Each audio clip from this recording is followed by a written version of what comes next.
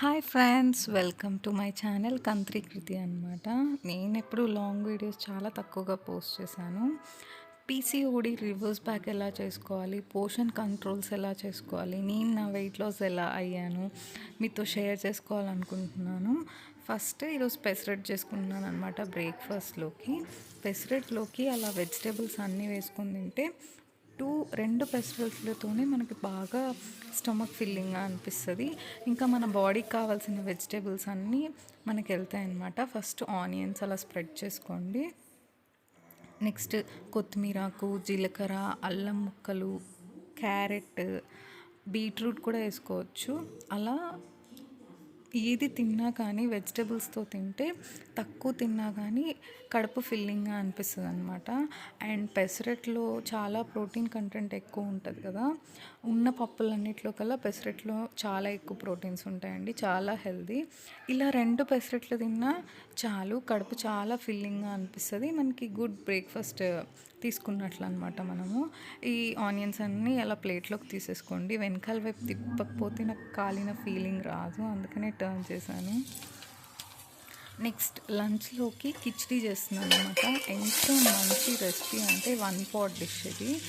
కొద్దిగా నెయ్యి వేసుకొని చెక్క, లవంగ, యాలక్కాయ వేసుకొని మన దగ్గర ఉన్న వెజిటబుల్స్ అన్నీ వేసుకోవాలి. పొటాటో, క్యారెట్, టొమాటో, పచ్చిమిర్చి, broccoli, cauliflower, green peas, beans, ఇన్ని రకాలు వేసాను నేను.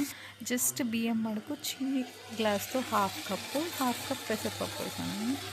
ఇందులో మనకి వైట్ రైస్ కొద్దిగా యాడ్ అవుతుంది, అన్ని వెజిటేబుల్స్ అనమాట.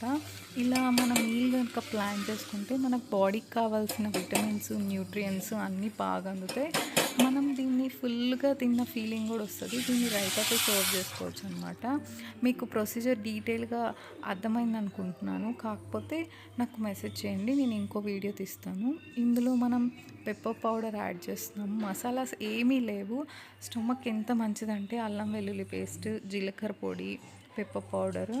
నెక్స్ట్ ఇక్కడ గెంసిగడ్డలు అంటే చీకటి దుంప పెడుతున్నాను, కొద్దిగా ఉప్పు వేసి. మా పాపేమో కిచిడి తినదండి, అన్ని వెజిటేబుల్స్ ఉంటాయి. అసలు చిన్నప్పుడు చక్కగా తినేది, పెద్దయ్యాక వాళ్ళ ఫ్రెండ్స్ని చూసి ఏం తినట్లేదు. సో తన కోసం మామిడికాయ పులిహోర చేస్తున్నాను. నేను కూడా కొద్దిగా తిందాము ఇంట్లో అందరం కూడా అని చెప్పి, మిగిలితే ఈవినింగ్ తిందాం అనుకున్నాము. ఇంత తినేసేయకూడదండి. ఏది చేసుకున్నా సరే, ఏది తిన్నా సరే కొద్దిగా తినాలి.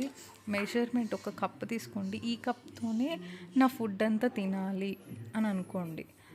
తర్వాత కిచిడి అయిపోయింది. లాస్ట్లో నెయ్యి, కొత్తిమీరాకు వేసుకొని సర్వ్ చేసేసుకోవడమే. చాలా టేస్టీగా ఉంటుంది.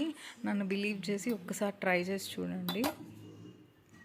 Next paneer curry. ఒక్క చపాతీ తినాలి ఈవినింగ్, ఒక ఆమ్లెట్ తింటాం అనమాట, డ్రై ఫ్రూట్స్ తింటాం. ఇది ఎవ్రీడే మాకు. చపాతీ కాకపోతే ఏదో ఒకటి జొన్న పిండి అలా. ఈరోజు నా స్టైల్లో పన్నీర్ కర్రీ ఎలా చేయాలో చూపిస్తున్నాను. ఫస్ట్ ఒక 3 పెద్ద ఆనియన్స్, 4 టొమాటోస్ పెద్దవి. ఫస్ట్ ఆనియన్స్ కొద్దిగా వేగాక టొమాటోస్ వేసుకుంటాను అనమాట.